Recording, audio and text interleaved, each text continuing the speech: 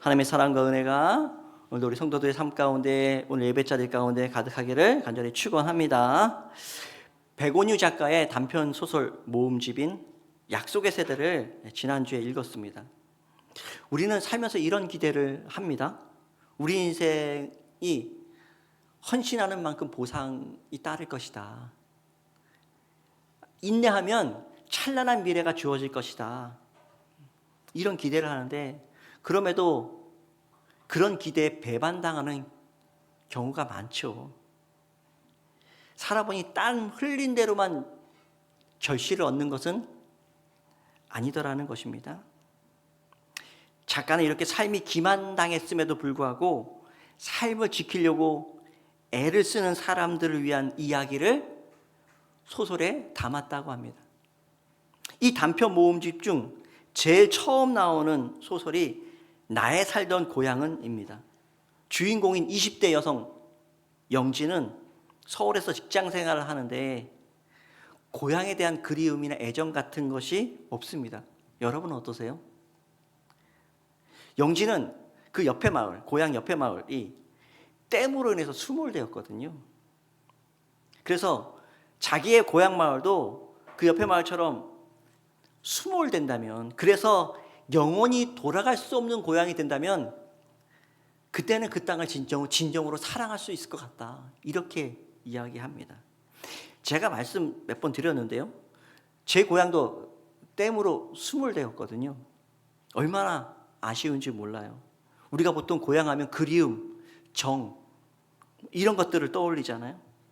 정지용 시인의 유명한 향수라는 시가 있습니다. 넓은 벌 동쪽 끝으로 옛이야기 지줄대며 실개천이 휘돌아 나가고 얼룩배기 황소가 해설빛 금빛 게으른 울음을 우는 곳, 그 다음에 계속해서 반복해서 나오는 식구가 있죠. 그곳이 차마 꿈엔들 이칠리야. 하지만 꿈에도 잊힐 수 없다는 고향에 대한 그리움이 소설 주인공 영지처럼 모든 사람에게 적용되는 것은 아닌 것 같아요. 영지는 고향에 대한 고향을 떠올리기만 하면 가족들, 또 고향 사람들이 자신에 대한 기대, 그런 거 있잖아요. 그 기대에 만족해야 한다는 무거운 짐이 있습니다. 또 자신에 대한 끔찍한 소문을 간직한 곳이기도 하고요, 추악한 경험을 안겨준 곳이기도 합니다. 또 다른 등장인물은 정은이라는 여성도 그렇습니다. 주인공인 영지의 중학교 2년 선배인데 고향 버스터미널에서 매표소에서 매표원으로 일하던 시절부터 정기적으로 타지에 나가는 영지를 보면서 늘 부러워했어요. 이 두 여성이 다시는 고향에 돌아오지 않겠다라는 마음으로 대범하고 위험한 일을 실행에 옮기면서 이 소설이 끝이 납니다. 어떠한 일이나 계기로 말미암아 우리 삶의 거처가 흔들리거나 또는 삶의 자리에서 벗어나고 싶을 때가 있습니다. 더욱이 소설의 주인공들처럼 열심히 살고자 했음에도 세상이 나를 기만하고 배반하는 것 같은 결과를 얻는다면 좌절감이 더 클 것입니다. 그럼에도 쉽게 무너지지 않고 그 자리를 또 지키며 살아가는 사람들이 있습니다. 우리는 또 그런 사람들 응원하고 싶잖아요. 그래도 저렇게 열심히 살아가는데. 그리고 우리는 하나님의 백성이기에 기도하게 됩니다. 세상 끝으로 내몰리는 경우를 만나게 될지라도 오늘 시편의 시인처럼 그 세상 끝에서 나를 사랑하신다는 하나님을 만날 수 있기를 우리가 기도합니다. 오늘 성경 본문 시편 139편이죠. 시인의 마음을 가장 잘 대변하는 내용이, 여러분 읽지 않았지만 제일 위로 올라가셔서 여러분 성경 보십시오. 1절에 나옵니다. 1절을 보시면 여호와여 주께서 나를 살펴보셨으므로 나를 아시나이다, 이렇게 고백하고 있습니다. 하나님께서 나의 모든 것을 아신다는 고백입니다. 그 내용이 1절에서 6절까지 쭉 나오고 있습니다. 내가 무슨 생각을 하는지부터 나의 삶의 동작, 행위들을 다 알고 계신다. 이렇게 고백하고 있죠. 나의 사정, 나의 형편, 모든 것을 알고 계십니다. 그러니 하나님을 피해 숨을 곳이 있습니까? 없습니까? 없어요. 이렇게 생각해 볼 수도 있을 것 같아요. 누군가는 그렇다면 하나님은 왜 나의 형편을 외면하시지? 왜 나의 마음을 몰라주시지? 왜 나의 답답함을 지나치시지? 이런 마음이 드는 분도 있을 것 같아요. 내가 너무나 간절해서 기도하고 또 기도하는데 모든 걸 다 아신다면서 왜 나의 기도에는 응답이 없을까요? 하나님 정말 계시기는 한 걸까요? 정말 나의 생각과 나의 행동과 모든 것을 알고 계시는 분일까요? 그렇다면 어떻게 이렇게 침묵하죠? 이런 분들에게 시편 139편은 말합니다. 아니다.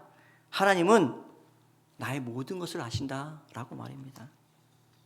어떻게 이렇게 고백하게 되었을까요? 우리의 삶이 소설 속 주인공처럼 왜 이렇게 나만 기만당하고 배반당한 것처럼 느껴지죠?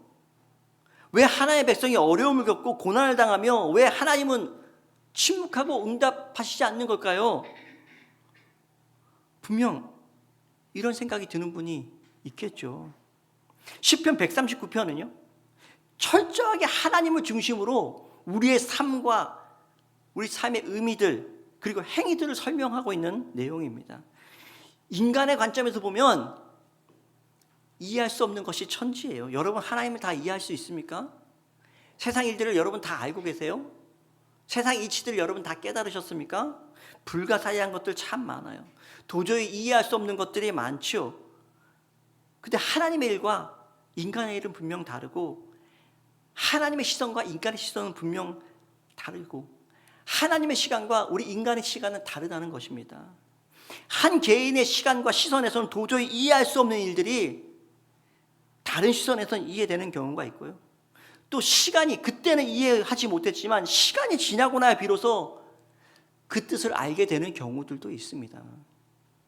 그래서 6절을 보시면 여러분 6절에서는 시인이 이렇게 고백하고 있죠. 이 지식이 내게 너무 기이하니 높아서 내가 능히 미치지 못하나이다 라고 고백합니다. 또 12절 마지막 부분에서는요, 주에게는 흑암과 빛이 같음이니이다 라고 고백하고 있습니다. 우리에게는 어떻습니까? 낮과 밤이 같아요? 다르죠. 어떤 사람이 어둠 가운데 있어요. 힘들죠. 그러면 빛과 어둠은 다른 것이에요.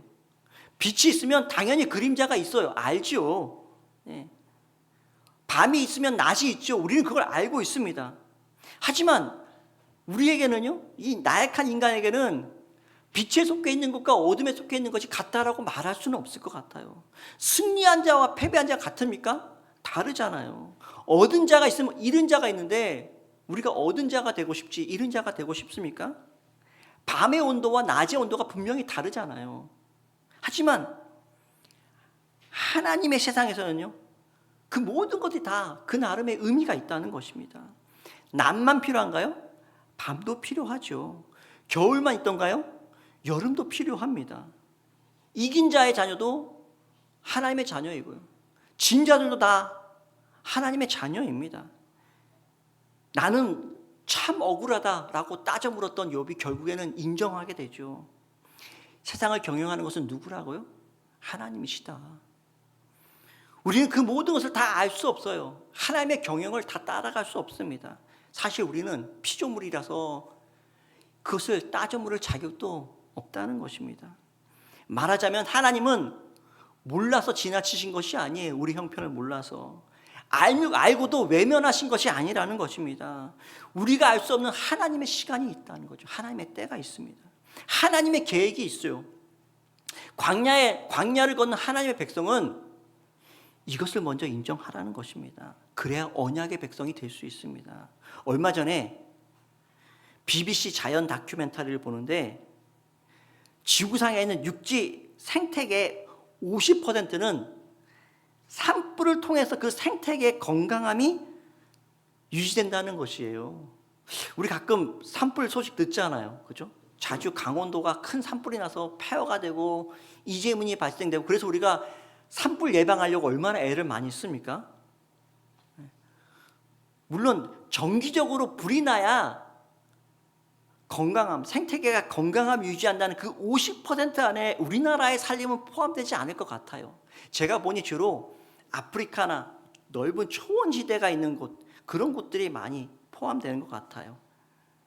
다큐 영상을 보니 불이 나서 다 타고 쟤만 남았어요. 놀랍게 얼마 지나지 않아서 그 대지가 새파란 풀들로 살림으로 쫙 새롭게 돋아나 뒤덮이는 것을 보게 됩니다. 어떤 씨앗들은요, 불이 지나가고 난 다음에야 발화가 되는 씨앗도 있다고 합니다. 그러니 우리에게는 재앙처럼 느껴지지만 산불이 또 필요하다는 것이죠.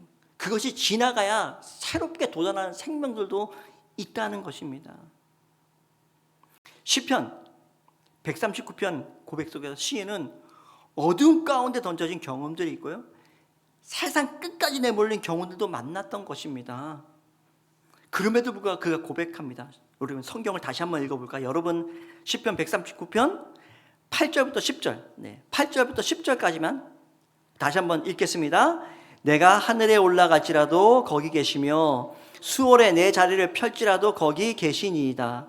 내가 새벽 날개를 치며 바다 끝에 가서 거주할지라도 거기서도 주의 손이 나를 인도하시며 주의 오른손이 나를 붙드시리이다. 아멘.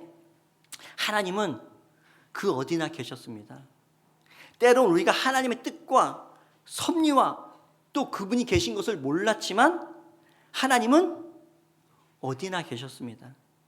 단지 계시기만 한 것이 무슨 도움이 되겠습니까? 그러나 시인은 고백하기를 죽음의 땅 수월에 내려가도 또 동쪽에서 떠오른 태양이 순식간에 서쪽 끝에 이르는 것처럼 내 삶이 벼랑간 막다른 길에 떨어진 그때에 주님을 만나게 된다는 것입니다. 단지 주님은 모든 것에 거하시기만 하는 것이 아니라 바로 그곳에서 기다리고 계셨어요. 우리를 인도하시고 붙들어 주신다는 것을 알게 된 것입니다. 그러니 7절에 고백할 수밖에 없습니다. 여러분, 7절 다시 한번 읽겠습니다. 읽습니다. 내가 주의 영을 떠나 어디로 가며 주의 앞에서 어디로 피하리까? 이런 주님을 어떻게 떠날 수 있겠습니까? 그럼에도 그 얼굴을 피하여 달아나는 이들도 있습니다. 대표적으로 구약에 어떤 선지자가 그랬나요? 요나가 하나님을 피해 달아났어요. 아니, 하나님의 선지자가, 예언자가 왜 하나님을 피해 달아납니까? 자신은 하나님의 경영 방식을 인정할 수 없다는 거예요. 자신의 기준에서는 어둠의 세력들이에요. 원수들이에요. 그런데 하나님이 그 원수들을 아끼고 사랑하신다고 하니 내가 받아들일 수 없다. 하나님을 피해 도망을 칩니다. 하나님이 차라리 없기를 바라는 사람들이 있죠. 여러분, 그런 적 있으셨나요? 하나님 나를 모르시면 좋겠다. 위에서 나를 안 내려다 보시면 좋겠다. 이런 생각할 때는요, 위험한 때입니다. 신이 있어도 자신을 모른 척 했으면 좋겠어. 하나님의 경영 방식을 반대하거나 또는 자신이 했던 일들을 내가 너의 과거를 알고 있다. 내가 너의 모습을 알고 있다. 하나님 앞에 서기가 부끄럽거나 달아나고 싶은 죄인들이라면 하나님이 차라리 없기를, 또 자신을 모르기를 바라겠죠.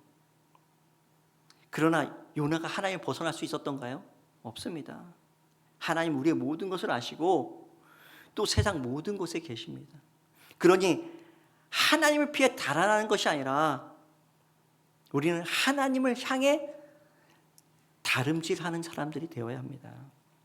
주는 나의 피난처시오 라는 시편에 자주 나오는 고백처럼 하나님을 피난처 삼아 하나님 안에 거하는 사람들은 그 안에서 구원을 누리고 참 평안과 자유를 누리게 될 것입니다. 운명이라는 것이 있습니다. 하나님의 백성은 하나님께 붙들린 운명을 지닌 인생들입니다. 우리는 그것을요, 은혜라고 부릅니다. 말하자면 우리가 그 어떤 자리에 거하고 그 어떤 환경을 만나도 결국은 하나님을 피해 달아날 수 없는 운명이라는 것입니다. 창세기 28장에 아버지 이삭과 형 에서를 속이고 달아나는 야곱의 이야기가 나옵니다. 지난주 설교에서 예수님께서 하신 잔치, 초대 이야기를 잠시 언급했었죠. 자신의 인생에 어느 정도 계산이 서는 사람들이 있습니다. 계획대로 될 거라고 계산기를 두드려 보는 사람들이 있습니다. 계산이 어느 정도 서는 사람들은 제가 여유가 있는 사람들이라고 했어요. 그래서 자기 나름대로 인생을 계획해 보죠. 하지만 그래서 예수님의 비유 말씀처럼 계산이 서기에 천국잔치를 거부하고 다른 일을 하게 됩니다. 은혜에서 멀어지게 된다는 것이죠. 반면 어떻습니까? 계산이 서지 않는 인생들, 삶의 여유가 없어요. 노력해도 결실이 없습니다. 벼랑 끝에 몰린 인생들, 지푸라기라도 잡아야 하는 인생들은 뭐라도 잡아야 하기에 그러다가 은혜를 붙들게 된다는 말입니다. 야곱은 자기 인생의 큰 그림을 그렸습니다. 계산이 서는 인생이었다는 것이죠. 그러나 하나님의 계획은 달랐거든요. 하나님의 뜻을 모르는 어리석은 자들은 그 계획이 실패로 돌아가고, 그리고 실패자가 되어 광야로 내몰립니다. 광야에서 돌을 베개 삼아 잠을 청하던 야곱이 그곳에서 하나님을 만나게 됩니다. 그리고 애초부터 자신의 인생은 하나님께 붙들린 인생이다, 하나님을 피해 달아날 수 없는 운명임을 깨닫게 됩니다. 그리고 하나님의 언약을 듣게 되죠. 나는 여호와니 너의 조부 아브라함의 하나님이요 이삭의 하나님이라. 내가 너와 함께 있어 너가 어디로 가든지 너를 지키며 너를 이끌어 이 땅으로 돌아오게 할지라. 내가 너에게 허락한 것을 다 이루기까지 너를 떠나지 아니하리라. 어떤 운명입니까? 떠날 수 없어요. 지금 현재 야곱은 광야의 뜻, 앞으로 그의 삶은 순탄치만은 않을 것입니다. 우리네 인생도 어떻습니까? 이런저런 풍파가 있죠. 빛이 있고 때론 그림자가 있습니다. 그럼에도 하나님의 백성에게는 하나님의 언약이 있습니다. 너가 어디로 가든지 내가 너와 함께 할 것이다. 내가 너에게 허락한 것이 있다. 나의 계획이 있다. 너를 향한 그것을 다 이루기까지 내가 너를 떠나지 않을 것이다. 이것을 알고 고백하는 것이 언약의 백성입니다. 하나님을 만난 야곱이 그것을 베델이라 기념하며 고백합니다. 여호와께서 과연 여기 계시거늘 내가 알지 못하였도다. 하나님이 베델이라는 장소에만 계셨겠습니까? 야곱이 거하는 모든 곳에 계셨습니다. 야곱이 몰랐을 뿐이고 이제야 알았을 뿐입니다. 야곱은 은혜에 붙들린 운명입니다. 하나님을 피해, 은혜를 피해 달아날 수 없습니다. 우리가 소망하고 기도하는 것이 바로 이런 것이죠. 우리 사랑하는 이들, 우리의 가족들, 우리의 자녀들, 우리의 성도들이 그 어느 순간 이렇게 고백하기를 우리가 간절히 기도합니다. 특별히 삶의 막다른 길에 이르렀을 때 인생이 계획대로 되지 않고 노력한 만큼 결실이 없고 삶이 나를 속여, 나를 기만하고 나를 배반한 것 같은 바로 그런 절망적인 순간에 하나님이 바로 여기 계셨구나, 하나님이 바로 나와 함께 계셨구나, 우리를 기다리는 은혜의 하나님을 만날 수 있기를 간절히 축원합니다. 오늘 성경 본문 시편 139편 11절에서 이렇게 고백하죠. 여러분 보십시오. 흑암이 반드시 나를 덮고 나를 두른 빛은 밤이 되리라 할지라도. 지금 어떤 고백을 하고 있는 거예요. 어둠 가운데 빠진 것입니다. 어둠이 다시 찾아올 수 있어요. 우리 삶이 어둠 가운데 놓일 수 있죠. 바로 시인은 그때 고백했던 것입니다. 그럴지라도 나는 땅끝에서 돌아오리라. 하나님에게는 어둠과 빛이 다름이 없기 때문입니다. 베드로서 1장 19절에서 사도는 이렇게 고백했죠. 또 우리에게는 더 확실한 예언이 있어 어두운 데를 비추는 등불과 같으니 날이 새어 샛별이 너희 마음에 떠오르기까지 너희가 이것을 주의하는 것이 옳으니라. 아멘. 가장 어두운 새벽녘이 해가 뜨기 직전임을 우리는 알죠. 우리가 주님을 떠날 수 없는 것은 가장 어두운 그때가 이제 주님을 만날 때임을 믿기 때문입니다. 바로 그곳에서 야곱처럼 우리가 고백할 수 있기를 바랍니다. 이곳에 하나님이 계셨는데 내가 몰랐었구나. 이제 알았죠. 하나님의 백성은 그것을 아는 것입니다. 이곳에 주님이 계십니다. 여러분 삶의 모든 자리에 계실 것이고 앞으로도 하나님께서 말씀하시는 것처럼 내가 너희에게 허락한 것을 다 이루기까지 너를 떠나지 아니하리라. 은혜의 주님을 우리 모두가 고백할 수 있기를. 그래서 하나님 안에서 하나님을 도저히 피할 수 없는 그 운명 가운데서 우리가 참된 자유와 평안과 안식, 그 영원한 은혜를 누릴 수 있기를 주님의 이름으로 간절히 축원합니다.